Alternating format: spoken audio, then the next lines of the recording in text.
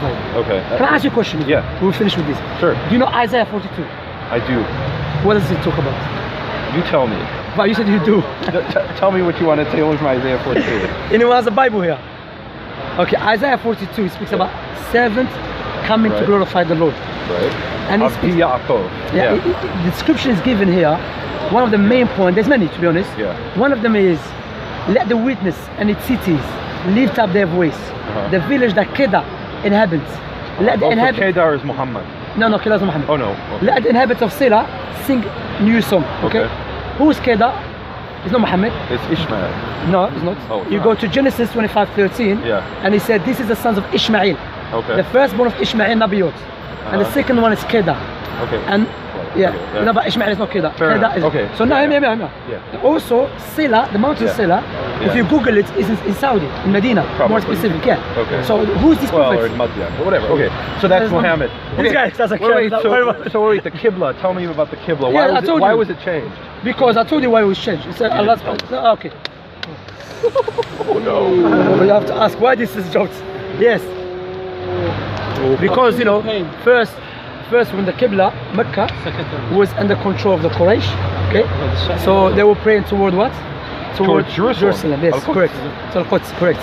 So after in Medina, so Allah subhanahu wa ta'ala, he wanted badly, he wanted to pray toward Mecca. Okay. So Allah subhanahu wa ta'ala told him to pray toward Mecca because scholars mentioned that was as a sign for him that he will overpower Mecca. Okay. So Allah told him to pray because Prophet wanted to pray toward Mecca. Okay. So you believe this gradual revelation, is that right? Yeah, I believe that. And that whatever the last revelation is, that's the truth, right?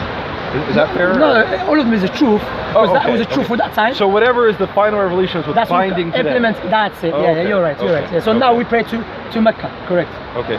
And I would say that everything is binding up to. Can I give me a book? Sorry. What is the brother? I gave a book to a brother. My book.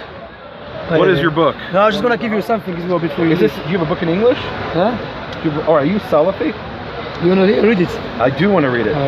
Wait. Okay. Are you a Salafi? I am Salafi. Yeah. Okay. So are you of Saudi extraction? Not Saudi extraction because it's Saudi. No. I mean of like Saudis, like your parents or something came from Saudi Arabia? No, I'm Algerian. Algerian. Okay. Yeah. I have Moroccan in me as well. Okay, so I've got to ask you here, if you're Salafi, tell me about Daesh and what is your view on this? Because they were Salafi too, right? They're not Salafi. They're not Salafi. Daesh, they are enemies of Salafi. They're enemies of Salafi. Salafi, yes. So give us really, because you got to go, and we have to end this. What is the time? Because this is the exciting bit. Okay. What is the difference? What is Salafi? Because I shouldn't say everyone. A lot of people hear Salafi and they think, oh, the Salafi, that's it's Al-Qaeda and Daesh. Shabab, Boko Haram. Yeah, correct. Yeah, and so a Salafi, there's two. There's Salafis and Wahhabism. And they're different. No, there's no such a thing called Wahhabism.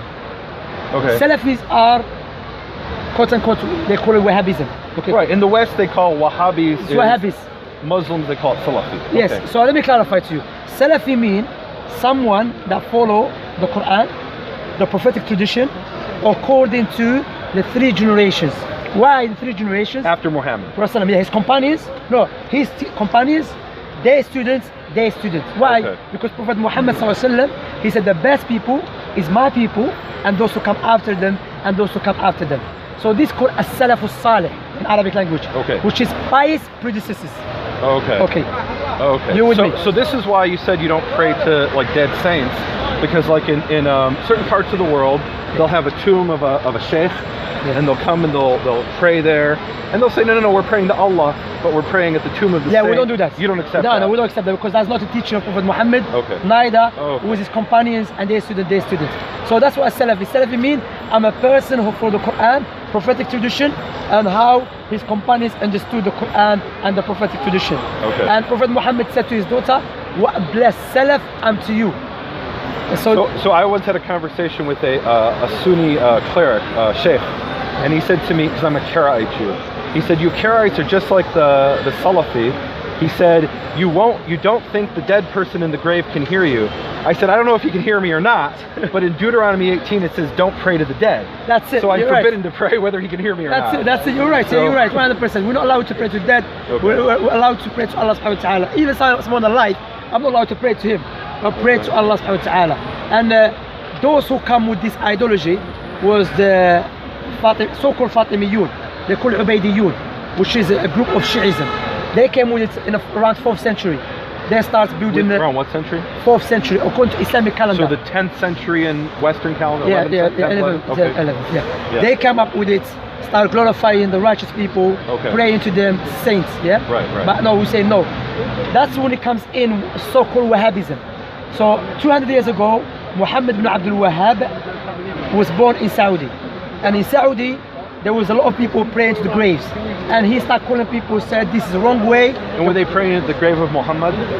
For Sallam, I'm not sure about that, but I know there was like the grave of one of the companions in Ta'if. Really? Yeah, there's many companions. Yeah. Okay. So he said no, that's not the correct teaching. The correct teaching that you pray to Allah alone.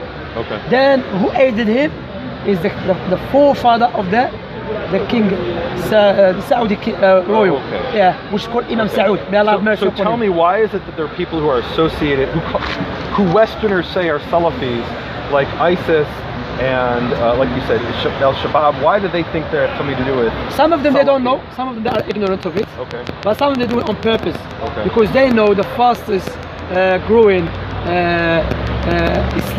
Islamic group is Salafism. Okay. So what they want to scare people away by saying to them, Daesh are Salafi. No, we are the first people to warn against Bin Laden. You know which year? In the late 80s. You were against Bin Laden? Bin Laden, in the late 80s. Okay. When America was working with, one of our scholars called Muqbil bin Hadi al-Wadi'. And he said something against Bin Laden? He warned against Bin Laden, yes. Likewise, another scholar, which is a Grand Mufti, you know Mufti? Grand Mufti of Saudi, Bin Baz, in the 90s, he warned against Bin Laden. Wait, so tell us what Grand Mufti is. He's Grand Mufti, like leading religious figure or something? A religious figure, of the state. Okay, because I've heard of the Grand Mufti of Jerusalem, but I don't know the... Yeah, like in Jerusalem, that's the one who you go back to. So there's one in Saudi, yeah? There's every country. Okay. So, I didn't know. Okay. In Saudi, in the 90s, their Grand Mufti, which is the Mufti of the state, he said Bin Laden is a misguided individual. Misguided individual. Okay. Likewise, we warn against the likes of Daesh, ISIS, and other than them. We have many leaflets. You can see my videos. We have. So in your videos, you speak against ISIS openly. Rather, we have a Thank you. You're welcome. That's good. They're bad people. Of course, without any doubt. We can disagree on politics, but we agree on this. Yeah, of course. But this man said to me in the beginning, we're not going to talk politics and Middle Eastern issues, but this we agree on. Okay, all right. I'll tell you something. Yeah. We have a table called Dawah table. Yes, Dawah table. We have one in America. Okay. We have one in what they call Denmark. No, not America, which is the places. Philadelphia, and we have one in and what Washington. Does it mean, a Dawah table? Dawah table means we have a stall called CC Dawah. CC stalls.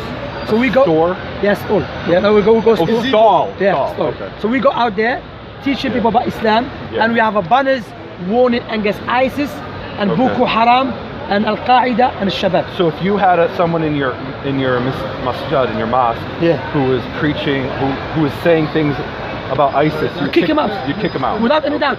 Good for you. Yes. Okay. Not even talking to, just even sitting down in a mosque and talking to the other people.